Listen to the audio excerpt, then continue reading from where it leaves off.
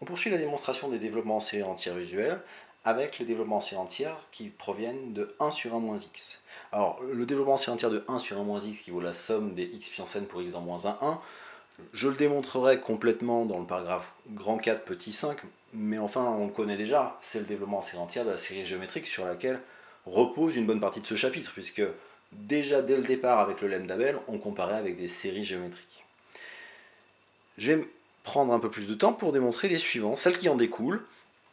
à savoir celui sur le logarithme de 1 plus x, en disant que d'abord, comme je l'avais fait au moment du cosinus hyperbolique à partir de l'exponentielle x, je vais faire le développement en série entière de 1 sur 1 plus x, en disant que 1 sur 1 plus x, pour tout x dans moins 1, c'est 1 sur 1 moins x, et comme moins x est en moins 1, je peux appliquer le développement en série entière de 1 sur 1 moins u avec le u qui vaut moins x, et ce qui me donne la série des moins 1 puissance n, x puissance n. J'ai donc écrit 1 sur 1 plus x comme une somme de séries entières, puisque là ceci ne dépend pas de x et j'ai des puissances entières de x, et donc 1 sur 1, la fonction qui a x donne 1 sur 1 plus x, c'est développement en série entière sur moins 1. C'est une forme de composé de développement en série entière, mais quand je remplace x par moins x, l'opération est suffisamment simple pour donner directement le résultat. Mais là, ce que je vais faire, c'est que je vais primitiver terme à terme, en disant que j'ai le droit de le faire, j'ai le droit de primitiver terme à terme sur l'intervalle de convergence moins 1, 1, en prenant l'unique primitive qui vaut 0 en 0. Donc autrement dit, la fameuse constante C que j'avais dans mon énoncé du théorème de primitivation terme à terme. L'unique primitive qui vaut 0 en 0 de la fonction qui a x donne 1 sur 1 plus x, c'est la fonction qui a x donne log de 1 plus x, puisque quand je dérive, je vois bien le 1 sur 1 plus x, et qu'en 0, ça vaut 0.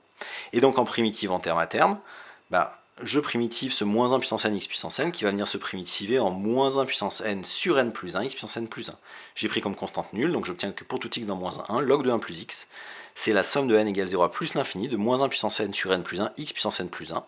Je décale l'indice pour faire démarrer à la première puissance non nulle qui est la puissance n égale 1, qui fait la somme de n égale 1 à plus l'infini de moins 1 puissance n moins 1 sur n x puissance n. De la même façon que j'ai procédé là, pour avoir le développement en série entière d'arctangente, je vais d'abord obtenir le développement en série entière de la dérivée de la fonction arctangente, qui est la fonction qui a x donne 1 sur 1 plus x carré, en écrivant que pour tout x dans moins 1, 1 sur 1 plus x carré, c'est 1 sur 1 moins x carré. Comme moins x carré appartient à moins 1, qui est l'intervalle ouvert sur lequel je peux développer en série entière 1 sur 1 moins u, j'obtiens la somme de n égale 0 à plus l'infini de moins x carré puissance n. Sauf que moins x carré puissance n, ça fait moins 1 puissance n fois x puissance 2n.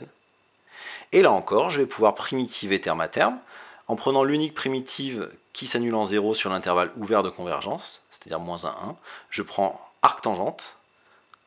x, qui fait la somme, quand je primitive terme à terme, alors la constante est nulle, donc, il y aura pas, donc là évidemment la première puissance sera une puissance qui sera non nulle, mais en fait ça consiste à prendre le c égale 0 qui serait devant. Donc c égale 0, plus la somme de n égale 0 à plus l'infini de moins 1 puissance n, x puissance 2n plus 1 sur 2n plus 1. Ce qui me donne bien le développement en série entière annoncé dans la proposition est valable sur l'intervalle ouvert moins 1, 1. Donc la fonction arctangente est développable en série entière sur moins 1, 1 avec le développement en série entière qui est arctangente x qui vaut la somme de n égale 0 à plus l'infini, moins 1 puissance n sur 2n plus 1, x puissance 2n plus 1. Alors ce développement en série entière, vous avez deux possibilités, soit vous l'apprenez complètement par cœur, soit vous savez le retrouver très vite. Vous savez que vous partez de 1 sur 1 moins x, vous en déduisez le développement en série entière de 1 sur 1 plus x carré, et vous primitivez terme à terme en prenant la constante nulle, et vous obtenez directement le développement en série entière de la fonction arctangente.